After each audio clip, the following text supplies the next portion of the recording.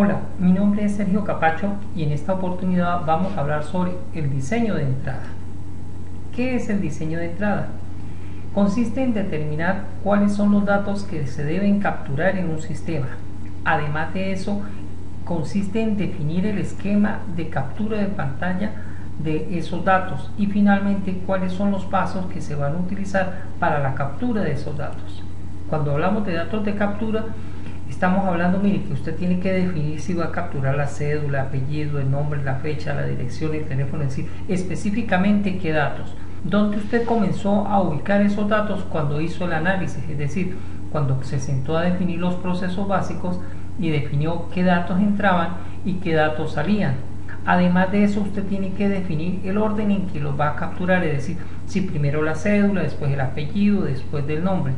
El diseño de entrada también implica que usted tiene que tener claro cómo va a esquematizar o estructurar la entrada de los medios. Además, se debe pensar en usar los datos ya capturados en la base de datos. Me explico. Si usted, cuando hizo el análisis, determinó que usted iba a trabajar con bancos, entonces lo más lógico es que usted ya incorpore los bancos a su sistema o a su aplicativo y simplemente cuando llegue el usuario a utilizar el banco despliega a través de una lista de texto, de tal manera que usted le evite al usuario perder el tiempo y sobre todo evite que el usuario ingrese los datos mal.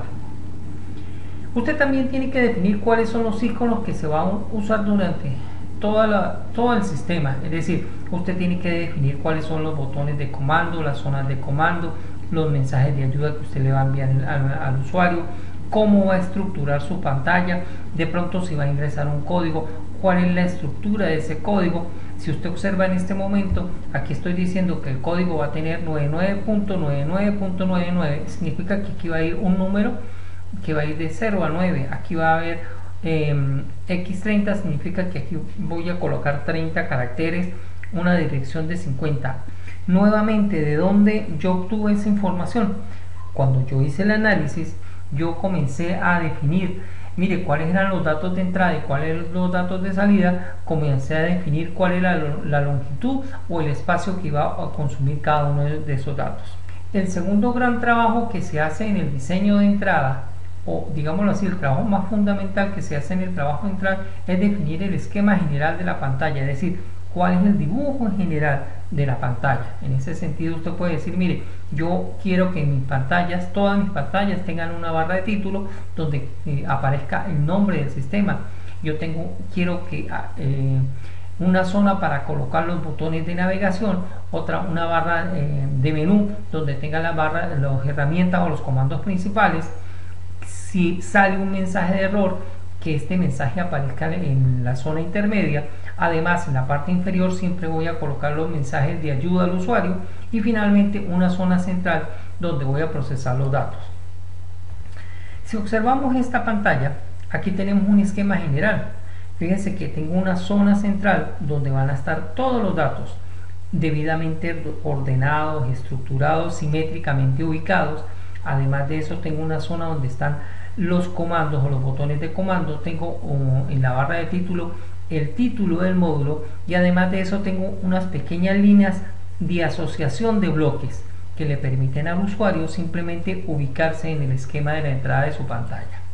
El otro gran trabajo que se hace en el diseño de entrada es definir los pasos para la captura de los datos del formulario. Me explico, no solo es definir qué datos voy a capturar, segundo, dónde los voy a ubicar, es decir, en cuál pantalla o cómo va a estar distribuidos esos datos dentro de la pantalla, cómo van a estar esquematizados, sino además de eso tengo que definir es cómo el usuario va a interactuar con esa pantalla. En ese sentido, lo primero que tengo que definir es cuál es el formulario o el nombre del formulario con el cual voy a trabajar, para qué se utiliza. Ejemplo, en este caso voy a tomar como ejemplo, voy a registrar la solicitud de una ayuda. ¿Qué condiciones? Condiciones es, mire, cuáles son los campos que voy a utilizar o los datos y qué condiciones voy a tener. Ejemplo, voy a capturar la cédula y voy a decir que la cédula tenga 8 caracteres, que ese es un campo que no debe quedar vacío. Voy a capturar el apellido, el nombre, el estado civil y voy a decir, mire, que son de 30 caracteres cada uno y no debe quedar vacío. Vacío significa de que usted debe escribir un texto en el apellido. Y volvemos a caer a insistir en lo anterior. ¿De dónde se obtuvo esta información de que la cédula, el apellido y el nombre? Cuando usted hizo el estudio de los requerimientos básicos, usted definió cuáles eran los datos de entrada y de igual manera cuáles eran sus datos de salida. En este momento tenemos aquí el formulario donde voy a registrar la solicitud de una ayuda. Y observe lo siguiente, fíjense que coloco básicamente el esquema de cuál va a ser ese formulario. El trabajo del diseño de entrada implica de que usted dibuje la pantalla o el formulario y coloque las cositas que van a ir dentro de ese formulario.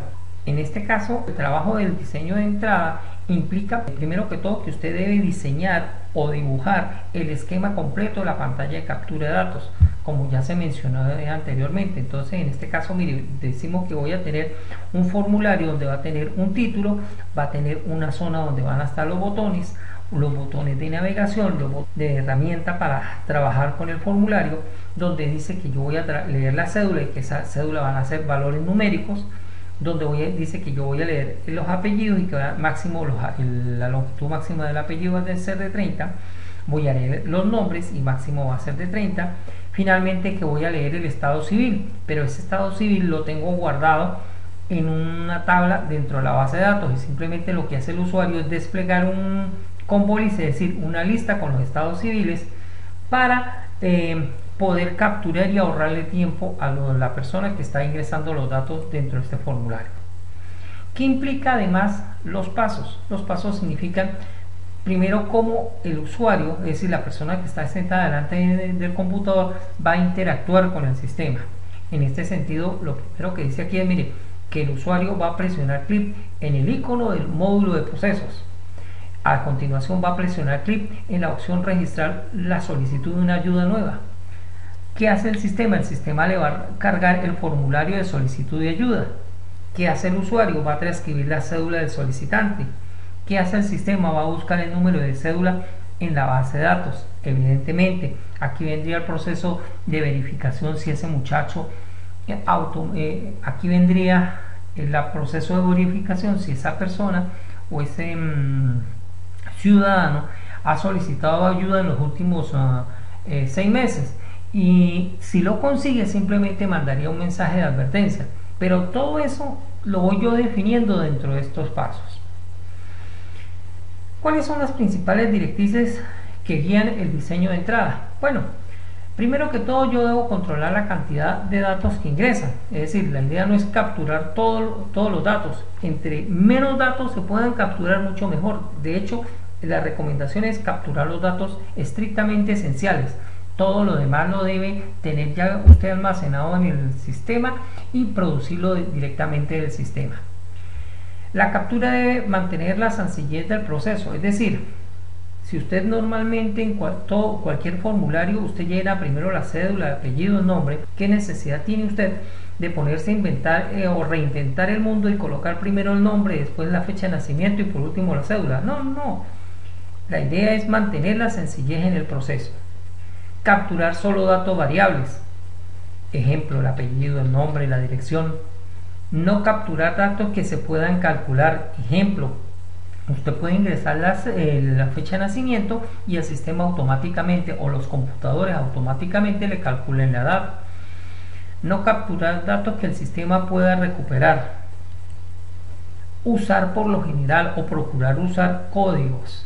En ese sentido usted puede pensar en códigos de secuencia, en caso, por ejemplo, los números de factura, números de cheque, códigos con su conjunto de dígitos o letras.